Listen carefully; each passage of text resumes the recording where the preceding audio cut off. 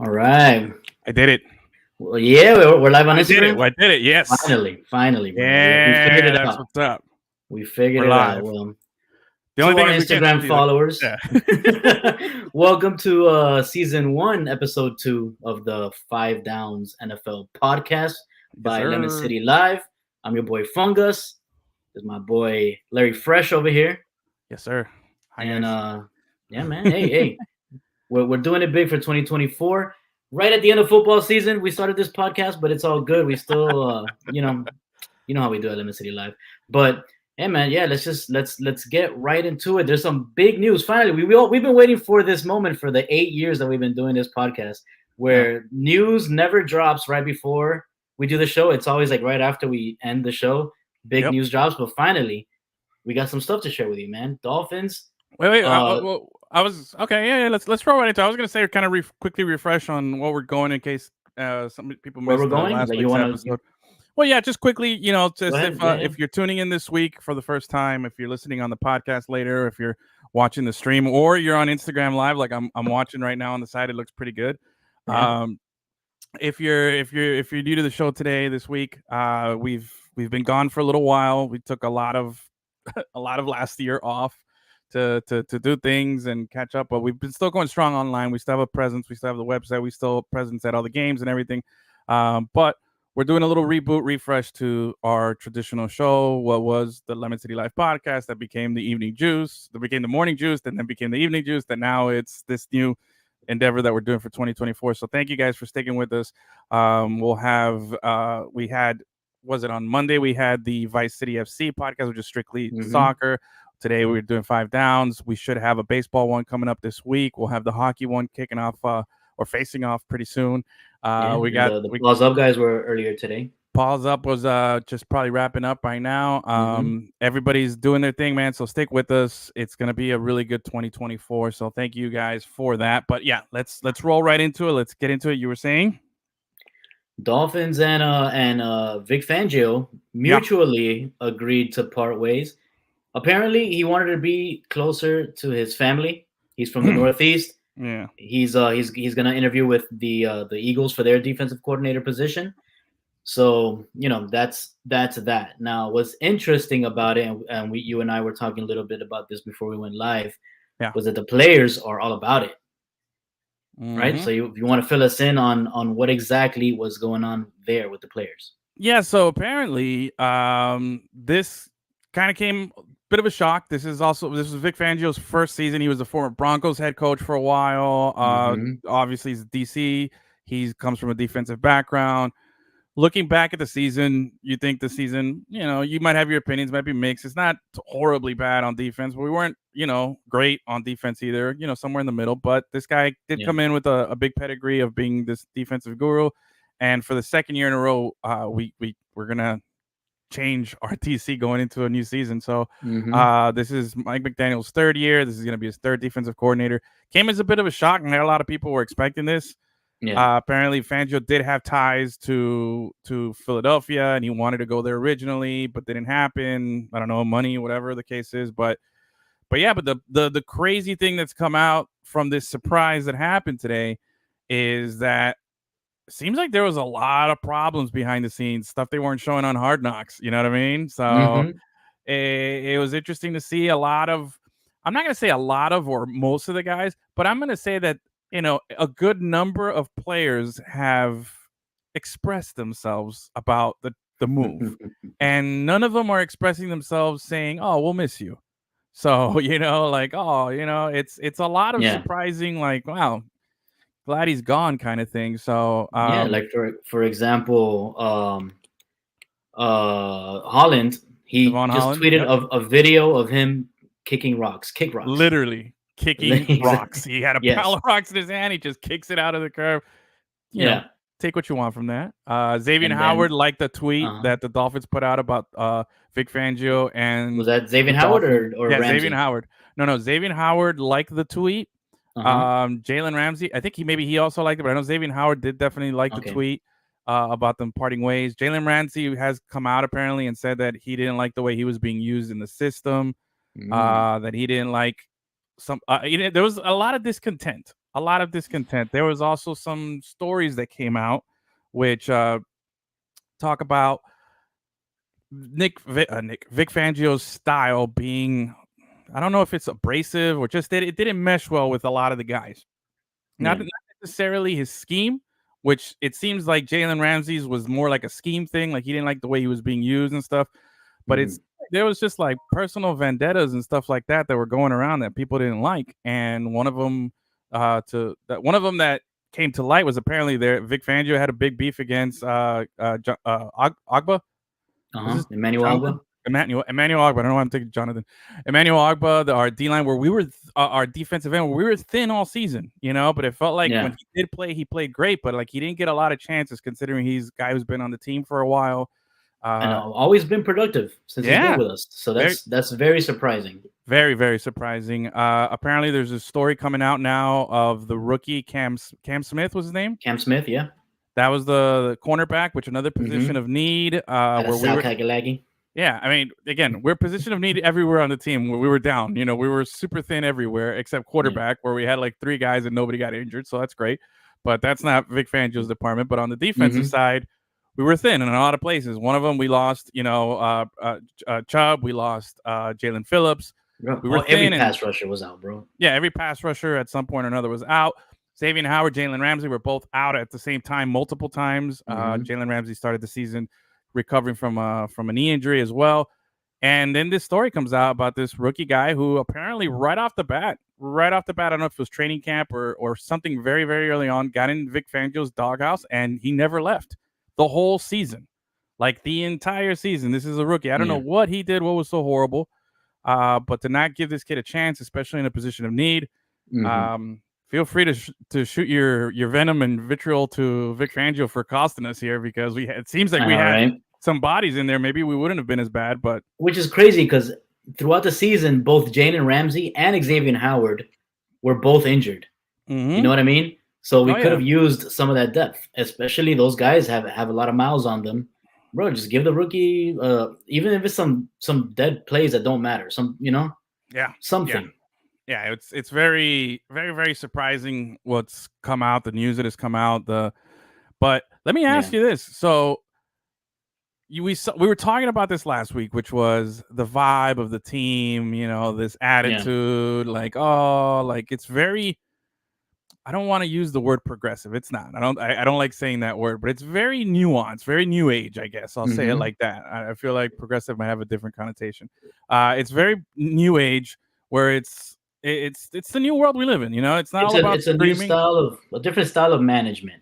Yes, there you go. It's not all about screaming and getting in your face and upsetting you. It's definitely it's a big change from the old school. But with that being said, we talked about it last week.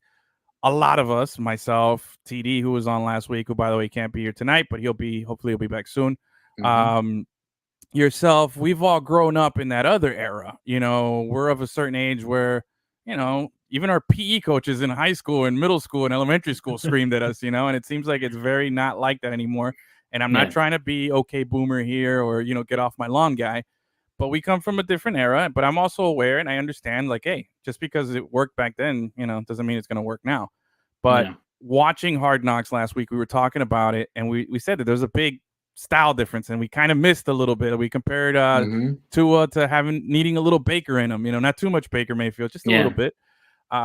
We talked about these things, and now this comes to light, and it seems like what TD was talking about, where TD mentioned something last week where he said this is he called it, was it not a gimmick, but he called it like a theme, like it's just going to become a thing, a fad. I don't remember the word that he used, my apologies on that, but he called it that this was like basically a shtick, like this wouldn't stick around for very long, that after a couple of years people are going to get tired of this, like, oh, why, once you start being hard on some of these guys, they're going to be like, oh, why are you going to be hard on me now, like, this is how we've been doing stuff.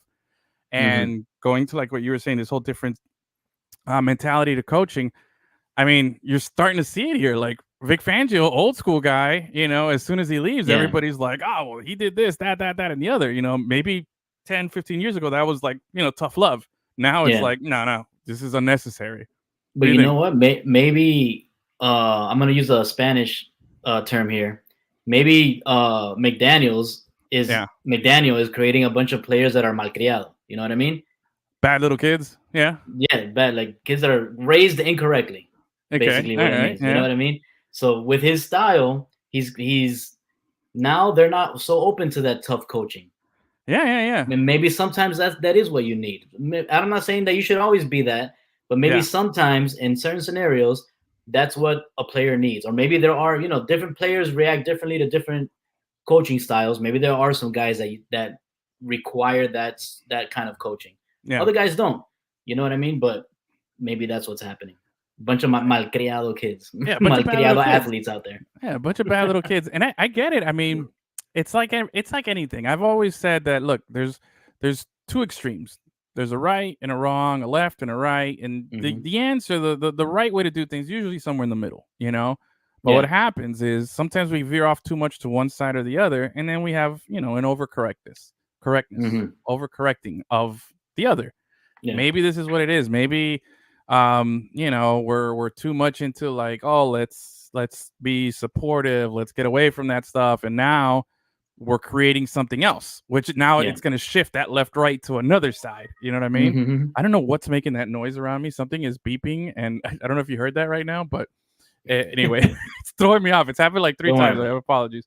But yeah, like the goalpost or the left right here is shifting, and we're just going into another direction, another area where, what are we going to overcorrect next? Are we being too nice? And now we're going to go back to being really old school. Now we're going to start screaming at everybody because we're there.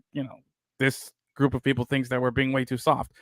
I don't know, but I do definitely see that there's a problem here. Like instantly, we just talked about this last week, and all of a sudden, coach is gone, and all this stuff comes out. And man, I'd hate to be Mike McDaniel right about now, because you're gonna have a lot of egos to mend and personalities to attend to, and because he can't all of a sudden turn it on and be like, "Oh, I'm gonna be a dick, just deal with it." You know what I mean? Like he can't be that guy now.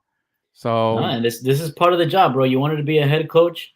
This is part of it. When you're an offensive coordinator or defensive coordinator, that none of this comes with that. Your job is to create the X's and O's that all of the other subcategory coaches are gonna put out there for the running backs or for the wide receivers or whatever. But when you're the head coach, it's that and dealing with personalities, dealing with egos, managing all of that stuff, the psychology of everybody. Makes you appreciate the guys who figured it out, and like, man. Think about like Phil Jackson, the Zen master. Dude. Way ahead of his time. Like he was at this level. This is why they call him the Zen master. He was at this level of enlightenment that was so far ahead of his time that 30 years ago he was doing this. And here we are 30 years later, and we still can't figure it out. But he was managing egos, getting the best out of players. Incredible. He found Nirvana during the era of Nirvana. You know what I mean? Bro, perfectly summed up. That's if you take away anything from this week's episode, it's that right there. It's that right there. Just that. But yeah, it's incredible. It just shows you how hard the job is of coaching. It's more than just X's and O's, or it's more than it's egos, it's players, it's encouragement, it's everything. It's unbelievable. But that's where we are. Dolphins now. We'll look to, like I said, third defensive coordinator in 3 years now. Yeah, we'll see. Hopefully the next, I don't know, because this next let's say they fall in love with a defensive coordinator that's, one of the names that keeps popping up early right now is the guy who got fired from the Chargers, Staley, who was the coach over there. They're saying, oh, maybe he could be the next DC. I don't know too much about his defensive scheme or anything like that. I hope it's not like a whole switch, like, oh, we're going to like a 4-3 or 3-4 from a 3-4-3, whatever it is, to this, that, and now it's like, because then what happens, new coach comes in, they're always going to need like a year to apply their scheme and apply their tactics and do all that stuff, and then it's just, we're going to be in this circle over and over. Bro, honestly, bring in whoever runs the defense that Coach Flo was running, because that's Coach Flo, dude. That would be amazing. Maybe that's what they need. Maybe that's what they need. Like, Coach Flo as a DC and let him just be old school mean asshole guy, right? And then him and McDaniel are up in the front in their little auditorium, and they do they talk about the same thing, but one gives it to you the nice way, and the other one gives it to you the tough love way. But they deliver the same message, right? So like when like Key and Peele did the translation for Obama. Yeah, what? when Key and Peele did the Obama translation. Yeah. Something like that. That's what they need. Just put up, so the message gets across, but it gets across to both types of people. The ones who like it, apologetic and nice and happy, and then management styles. Yeah, and then the other one who just wants to be yelled at, and then everybody's happy and there's no excuse. I'd be for it. I think we bring Flores back, man. That'd be fun. And he'll stick to the defense, so he won't have to bother Tua. Well, talking about Staley and the team he got fired from, more news breaks today, which is cool because this is fun. We haven't been able to break news in a while or talk about breaking news right as it happens. Yeah. This is a big surprise to me. I mean, it's a surprise to me for a different reason. I mean, if you look and you read the tea leaves and you saw what was happening, Harbaugh had two interviews with the Chargers. He was very adamant, apparently, with his visits and taking interviews that he was gonna leave college coaching and go back to the pros and finish what he started after leaving the 49ers years ago. Everybody's like, oh well, it's no surprise he went to the Chargers. Justin Herbert, this and that. But to me, the surprise is not that he went; it's where he went. And I'm very surprised. Yeah, I'm very surprised, man. Bro, the Chargers is not a good job. Like, I don't know. I'm gonna have to disagree with you, man.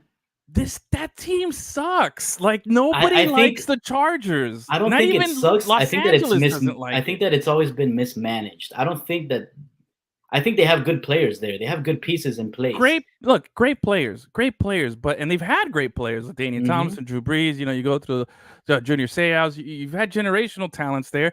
Kellen Winslow, the senior, all that stuff. Dan Fouts. But that's like a cursed franchise, man. They made that one Super Bowl in '94 where Harbaugh was right? Harbaugh was the quarterback of the Colts who lost to the Chargers in the AFC Championship game that year. That's your little fun fact there. Wait, where's we haven't done one of these in a while. Where is it? Sorry, I'm super late on this. I can't find it. There it is. That's your spicy sports nuggie there for the day. I love it. Man, it felt good. I hadn't done that one in a long time. So spicy sports nuggie is Achilles made an appearance. Yeah, there he is. So Harbaugh was the quarterback for the Colts. They lost to the Chargers in the AFC Championship game. Chargers go on and then they get waxed. I think 49-26 was the final score. I don't know why I know that, but that's another little. That came straight off the dome too. I'm not looking anything up, but I do remember that game vividly. That was a Super Bowl. I was here in Miami too. Steve Young did the whole monkey off his back thing at the end of the game because he finally won one, threw 5 touchdowns that game, which I think is still a Super Bowl record. I might be wrong. But anyway, Chargers are just a bad franchise, dude. Nobody likes the Chargers. Los Angeles does not like the Chargers. They share a stadium with a team that everybody likes more than the Chargers, the Rams, who've actually won Super Bowls, who are not a disappointment. Worst thing Chargers ever did was leave San Diego. I don't know why. Nobody liked them in San Diego either. Yeah, they did. They had a good. No, man, they could. That's one of the big reasons. Their stadium sucked. They couldn't get fans. Like, they're just a weird team. Like, they have I gotta give them an A for effort in trying because their uniforms are nice and like they're always like pushing the envelope and they're not like, oh well, our stuff is bad, we're gonna leave it bad. No, they try some things there. I'll give them some props on that. And they drafted Justin Herbert, and he's pretty good. Everybody loves him. If he's so great, I don't know. It's just he's got Keenan Allen, he's got receivers, he's got running backs, he's got Austin Eckler. They had good players, and they still suck. So I don't know. Maybe they don't do a bad job at putting up points. Let me tell you that, though. But they're just a weird franchise, and now they are weird. And Harbaugh leaving Michigan, which I get it. You did it. You were the Michigan man. You won the Natty. Nobody's done that for them since like '97, I think it was. You finally did it. you were like after all these years of losing to Ohio State, you beat Ohio State. You are the man. You did it. You accomplished basically game over at Michigan. But if I were him, I would have stayed. Like, there's nothing to chase. You're gonna be miserable in like the only nice thing is Los Angeles is a very nice city, obviously. Guys like him, they are always looking for once they accomplish something, they're looking for the next thing to accomplish. Oh, bro, I'm surprised Nick Saban stayed at Alabama for as long as he did. I'm surprised he never tried to go back to the NFL. I mean, I also think Jim Harbaugh is leaving for the same reasons that Nick Saban left. Like, it's gonna be too crazy. It's becoming too it's too crazy. Less control. But like the thing is, man, dude, he's gonna be playing. It's gonna be Chargers against Texans. There's gonna be like 15 people at the stadium. They're gonna be down by 21 because CJ Stroud is lighting them up, and it's just like what is he's gonna be sitting there going, man, I gave up the big house, Michigan for this, this, like they don't even sell Chargers stuff anywhere in Los Angeles. Like it's horrible. You go to the airport and it's like you'll see like Dodger stuff everywhere. You'll see then Ram stuff everywhere. And then at the very bottom of the racks, somewhere in a corner, you'll see like an Angels hat and maybe a Chargers hat. That's it. That's what Los Angeles thinks of their pro sports teams, They went from not having a football team to having two and hating both of them. But except the Rams are much more loved. And just, I don't know, man. To me, I was very surprised. I thought had he gone somewhere else, it would have been better. I thought he maybe go to should have gone to Vegas. Should have gone to, where I thought he should have gone? Seattle, man. Seattle's a good team. Seattle has he should have been to the coach. Yeah. He should have gone there because they got a coaching vacancy. I like Seattle's got like that college atmosphere, like their fans are great. 12th man. Yeah, they love their teams up there. They love their like it's grimy. It's Pacific Northwest. It's like cold. It's like that's Michigan stuff. That's like Michigan Northwest. It's just going to Los Angeles Chargers. I don't know, and I feel like that team is just. I'm telling you, man, it's gonna be third quarter. They're down 28-3. CJ Stroud is just lighting them up, and he's just gonna look around at a half-empty stadium, and the people who are there are all wearing Texan stuff, and he's gonna be regretting his decision. That's me. I'm very surprised. I think he'll do a good job there. He did a good job in San Francisco. Yeah. I think he'll do a good job in Los Angeles with the Chargers. I know he's gonna do a good job, but he's gonna have some really bad lows there that are just head scratching for me for when you have like your pick of jobs. You could have gone anywhere. I would have. There's a lot of vacancies this season. Yeah, but think about this. But think about this though. Like, kind of let's look into the future a little bit. Okay, next season we're within a year. Okay. Yeah. This time next year, let's say the Bills, blow it again, which they're the Bills. They always, what is the Bills standing for? Boy, I love losing Super Bowls. And let's say that McDermott, he has another bad year. He gets the boot. Even Buffalo's a better job than the Chargers to me. You know what I mean? That's Michigan Northeast. You look at the Cowboys. As much as the Cowboys, are horrible, McCarthy's got one more year, maybe. He might get canned. Like he could have gone to Dallas. Like you turn around Dallas, like man, you're a god. That's what other Andy Reid maybe? Not saying that that the Chiefs are gonna fire him, but like he's getting older. Like what else? He went to the Super Bowl. Maybe he's time. Like you could have waited a year and maybe had a little better luck at prospects, but it's a little surprising to me, to be honest with you. But we'll see. Have fun in Los Angeles with the Chargers, man. Ugh. Yeah, somebody had to take that job. Maybe he likes the weather. I mean, no, the weather's fantastic. It's probably going to be doom and gloom there every day. I think. What else? Who else is there? Yeah, that's all I got left on that. I mean, I don't even want to dive into it. We'll wait and see. The brothers play each other next season.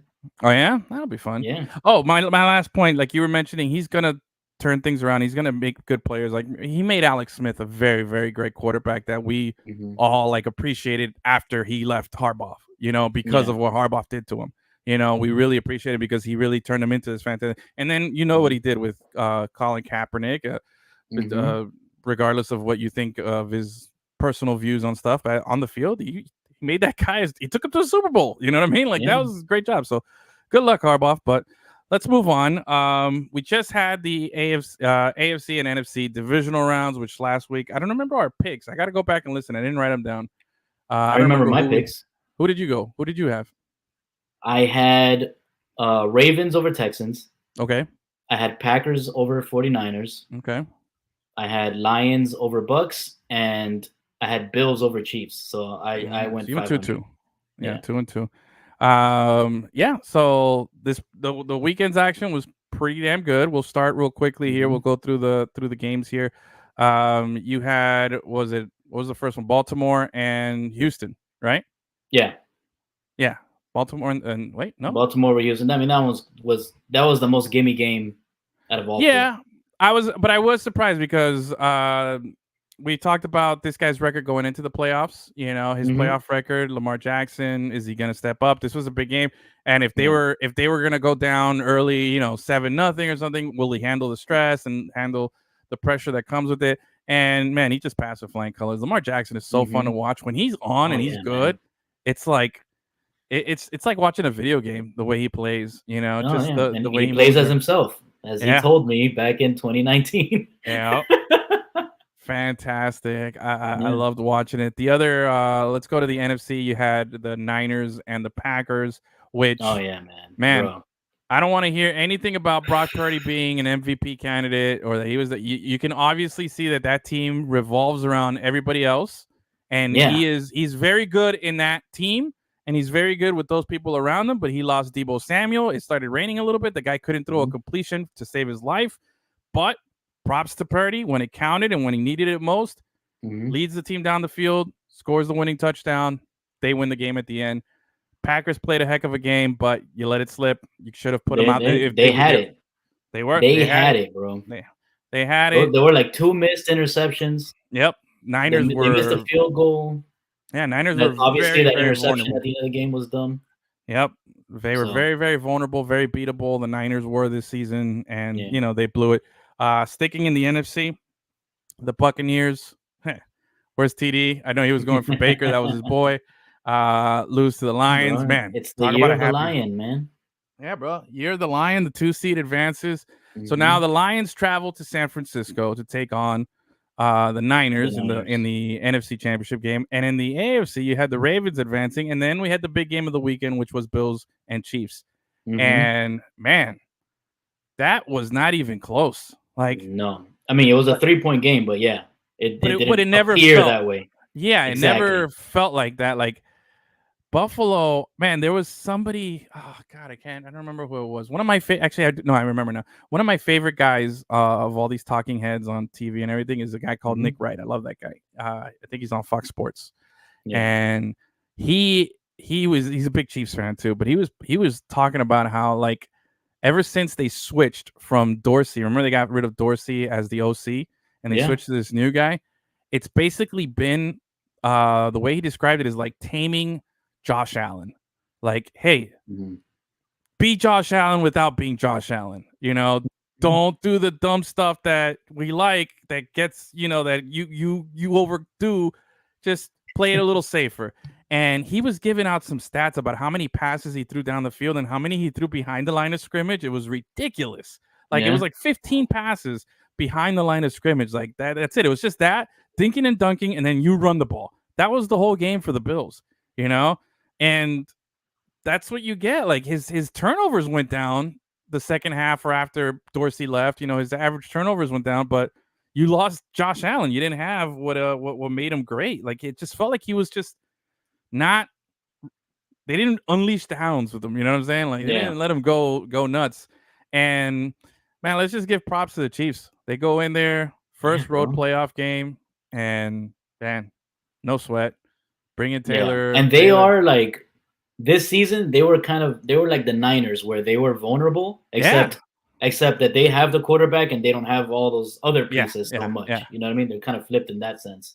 Yeah. But this was the season to take them out, and still, bro, and they're still trucking along, bro. Yeah. Chiefs. You know what's cool? And I was thinking about this, and Mahomes is so good. And this is I'm gonna say something. Mahomes is so good when you think about this. a lot of quarterbacks, you can go back and say, he blew the game. And I know I always give guys like Aaron Rodgers a lot of grief because he'll blow the game, but they never give him the blame. It's always, somebody else dropped it or something, even though he clearly fumbled the ball or he threw a horrible interception. Patrick Mahomes doesn't lose games. Try to think of a time where Patrick Mahomes lost the Chiefs a game. It might have been an incomplete pass that, Kelsey may have dropped, or a fumble by another player after a completion, or a dropped interception from the defense, and then, the defense lost it. But Patrick Mahomes doesn't lose games. Like, this guy is insane. It's his 6th season in the NFL as a starter, his 6th AFC Championship game that he's going to. Incredible. We're in the presence of something phenomenal. The fact that he has no Tyreek, he has a rookie core of receivers, and he's still lighting it up. And man, that dude is on another level. Sit back, enjoy the ride, because that's what it is, man. It really is. It's a pleasure to watch him play. But Josh Allen, Bills, sorry, man, didn't look like a threat. Like, that team needs a lot of help. I don't know what it is. There's a lot of hype about him, but Josh Allen has this, there's nothing to show for it. He's been around as long as Lamar Jackson, as long as or a year longer than Tua, and we got nothing to show for it when it comes to what we've seen on the field from him as far as accomplishments. No MVPs, no nothing. He's another Justin Herbert, just with a little better stats. Made it a little further in the playoffs, but can't get the big one. So now that puts us in where we are, AFC Championship game. Now the Chiefs are going to have to continue this, which makes this interesting to me. The Super Bowl. Probably the Super Bowl winner. I haven't said it yet because it depends on the matchup and stuff, but probably the Super Bowl winner is going to come out of this game that we're going to watch this weekend between the Ravens and the Chiefs. I mean, I don't know how you 100%. Feel about it, but I think that's where the Super Bowl winner is going to come from, and it's going to be phenomenal because you got the Ravens now. Looks like they're clicking. Looks like they're very good. Are they going to be able to put away the big bad Chiefs here that, like we just talked about, give all the praise to Mahomes. It's going to be fun to watch. It's going to be that game is going to have fucking 60 million viewers. It's going to be insane. It's going to be awesome. For sure. And on the other side, you get, Lions and Niners, which now, especially after the bad week that the Niners had, looks very good for the Lions. Looks very, very good. I think that's probably one of the bigger, more popular upsets that you could probably bet on in recent history. There's a lot of hype for the Lions right now. Jared Goff, what a beast, huh? Just lighting things up. He looks great. He's great. And I'm very happy for him. Man, he's in a group of a handful of quarterbacks that include Peyton Manning, Tom Brady, Kurt Warner, and I think I'm missing one other, of quarterbacks who have led 2 different teams to the championship game. Yeah, that's the company that he's in. He's Peyton Manning, Broncos and Colts, Brady with the Bucks and the Patriots, Kurt Warner with the Cardinals, and Brett Favre was the other one. Yes, Brett Favre with hey. I don't have my ding dong noise here, but good job, dude. Wait. Oh my God. Nice job. Thank you. What's it called? So Brett Favre with the Packers and the Vikings. And then Warner was with the Rams and the Cardinals. And now Jared Goff with the Rams and the Lions, which, man, it's pretty impressive. That's a good company. That's a nice little, hey, how about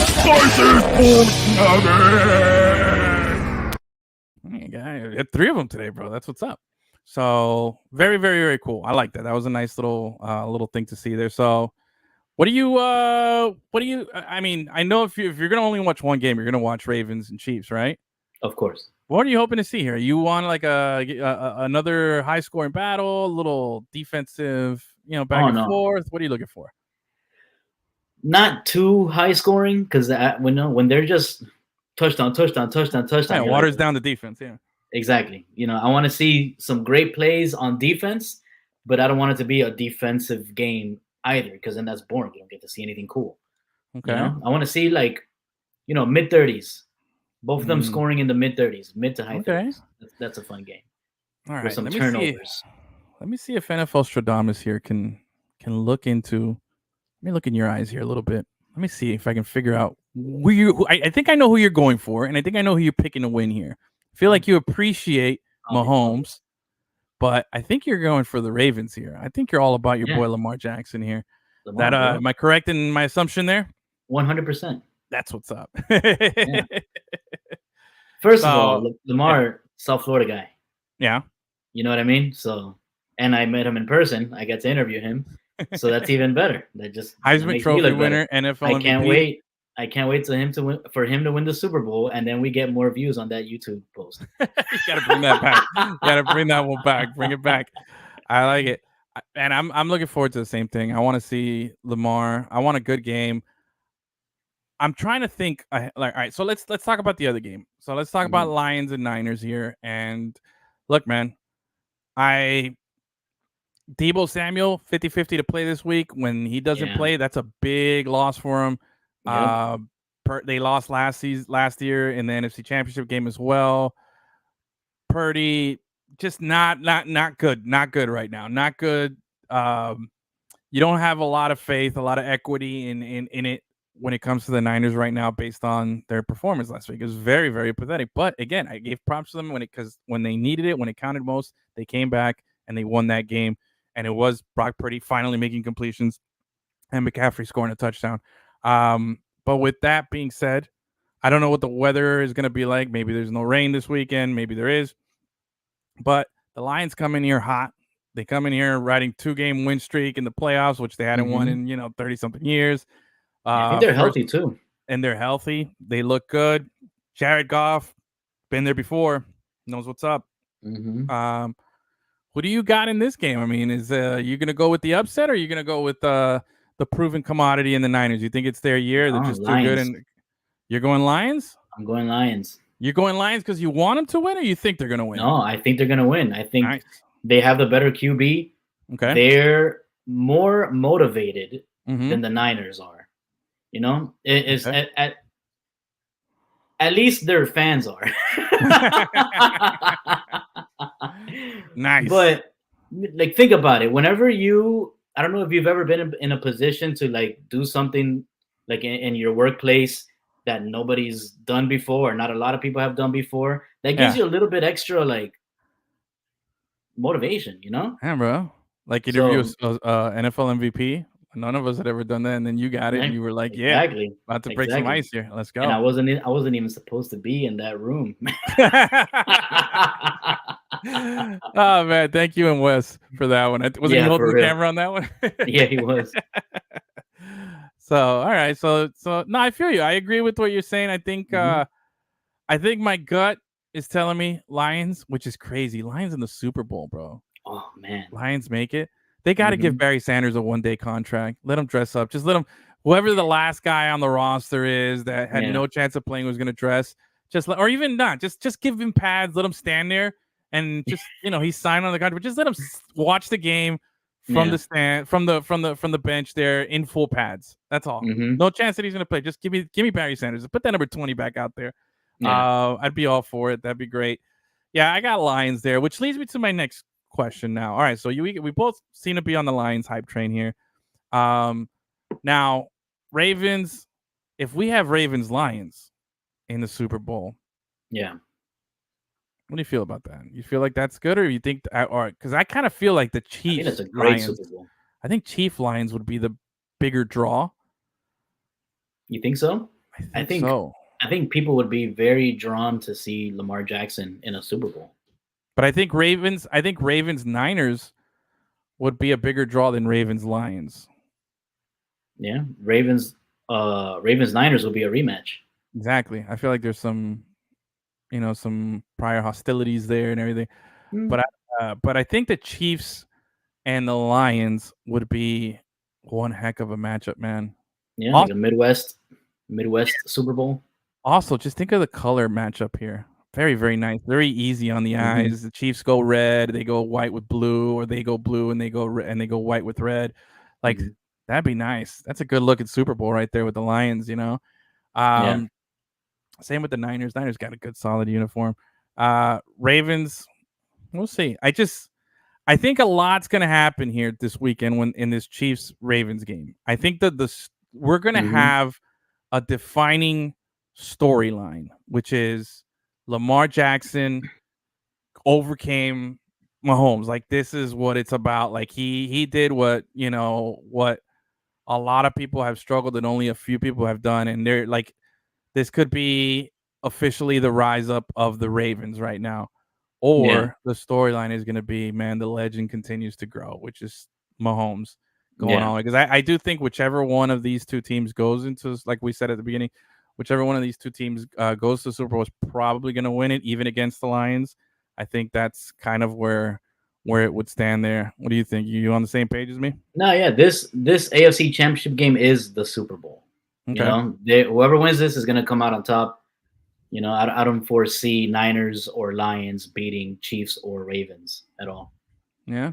Would you be bummed out if one of them did? Like, what if the Ravens go Super Bowl? No. That's the Ravens. Let's say Ravens Lions, and the Lions pull it off. Are you gonna be upset about it, or okay? Not at all. Like, honestly, I don't dislike any four of these teams, so I know I'm gonna like the Super Bowl regardless of how it comes out.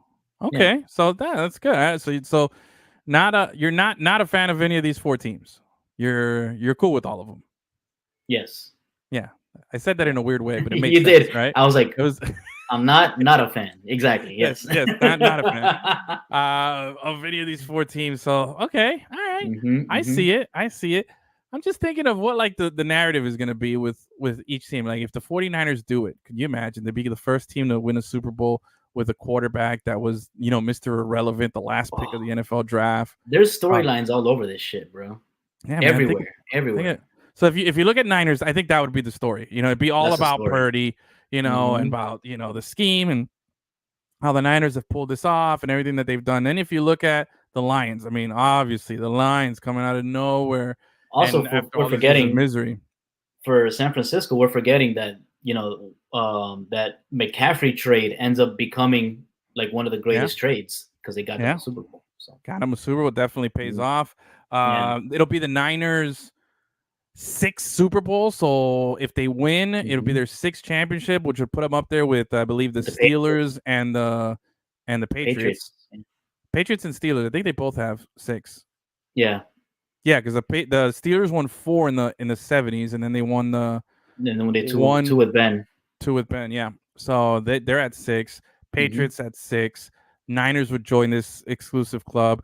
The Lions storyline, if they win, that'd be the most storybook one out of all 4 teams remaining. The Lions, for sure. That'd be the big storybook. That'd be the one that they make a movie out of and everything like 100%. that. 100%.